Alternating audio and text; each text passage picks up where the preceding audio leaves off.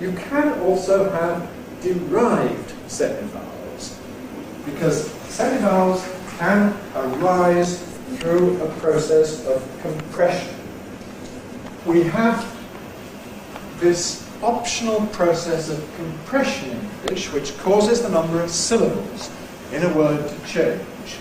We have a slow, more careful pronunciation, lenient, 3 syllables, lenient, but we also have a faster, more casual pronunciation, lenient, lenient. Now, it isn't that you have to have one or the other. Every speaker has both of these available. Lenient, lenient. Likewise, convenient, 4 syllables, or convenient, 3 syllables. Hundreds and hundreds of words. Glorious, glorious. Generally speaking, we use the uncompressed form when we're using a word for the first time in a discourse, or if the word is unfamiliar, or if we have to take special care to make it clear what the word is. But we use the compressed form if we've said the word before in the same conversation, if it's a very familiar word, if we're speaking casually and fast.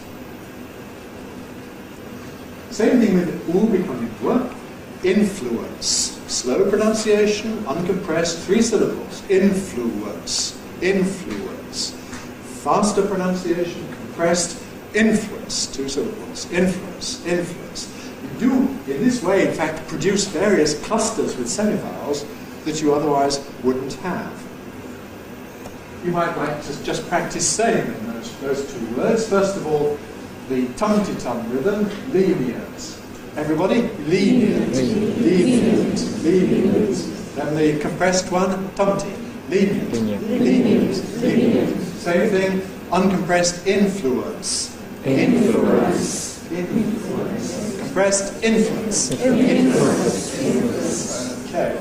I'm sure you all know the words of the British national anthem, God Save the Queen. Well, part of it goes, send her victorious, happy and glorious. Do you notice how many syllables we have there? 3. Happy and glorious. Separate note for each vowel. On the other hand, we also use the German national anthem as a hymn tune. And the hymn that we sing to it begins, glorious things of thee are spoken, Zion, city of our God. How does that fit to the music? Glorious things of thee are spoken. Glorious things.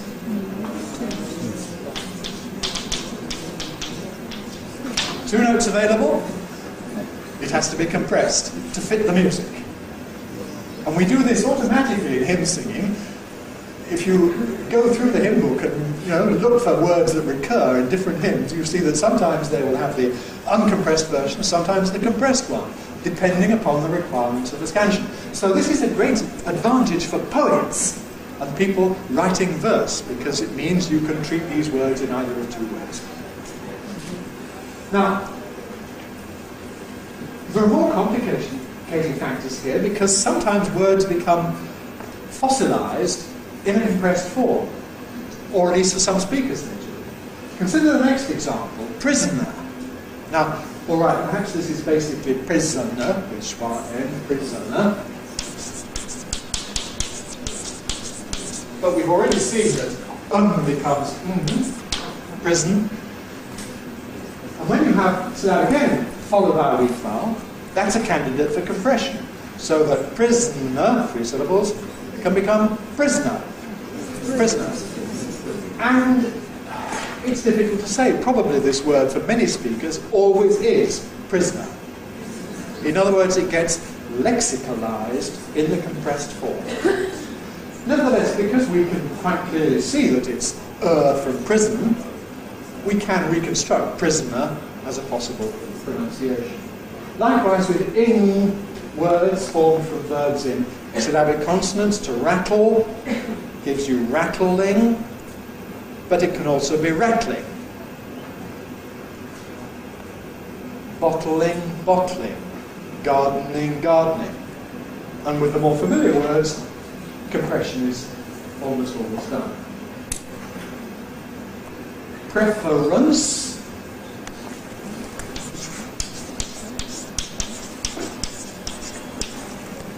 Prefer, but stress now on the first syllable. Preference. Becomes syllabic. Preference. Preference. That's a candidate for compression because the following vowel is weak, giving preference. And yes, probably the most usual pronunciation of this word, preference. In Local Pronunciation Dictionary, I use this special underlining mark, this slur mark, to show the possibility of these compressions. This is an abbreviatory device. What Daniel Jones did in EPD was to spell them out each time, which is okay, but it implies that these are choices rather like tomato is a choice, or nephew is a choice, and that's not the case. These are automatic effects, and so I thought rather than spell them out for each, for thousands of words involved, it's better to just show it once. Now, just notice here that the second vowel is weak.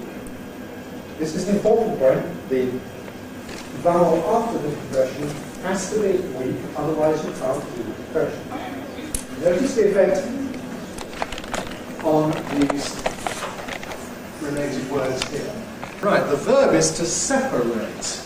To separate two things. The adjective is separate. Separate. Now, this is part of the facts about the ate suffix. In verbs, it's normally strong, ate. To delegate, to associate. But in adjectives or nouns, it very usually weakens to ut, or for some speakers to it. So delegate, associate, and associate. And we have this here in this pair. Both of these pairs. The verb is to separate or to moderate, but the adjective is separate and moderate. And notice then that the adjectives are candidates for compression, because they then have a weak vowel, so from separate, you can make separate. We'll do it separately. And from moderate, you get moderate. A moderate climate. But you can't say to separate. You can't say to moderate. You can only do compression before a following weak vowel. So it is necessary to recognize this distinction between strong vowels and weak vowels in order correctly to predict the operation of compression. All this is not currently well explained in books on English phonetics, but who knows, one of these days we may make it. On the handout, we've got also the examples radiant and radiate. Now think about radiant, a radiant smile. Could you compress that? And think about radiate, radiating happiness. Could you compress that? Radiance. Is that a weak vowel? Yep. Can we compress? Yes. Giving radiant. Radiant. Radiant. The verb to radiate. Is that a weak vowel? No. Can you compress? No. Got to stay 3 syllables. Radiate. We also get compression in connected speech. As you can see, I've been having great fun with graphics packages. All the new toys we have for our computers these days. Tell me a story. Now think about me. Me has a strong form me, but I think it's correct to recognize a weak form me, like in happy.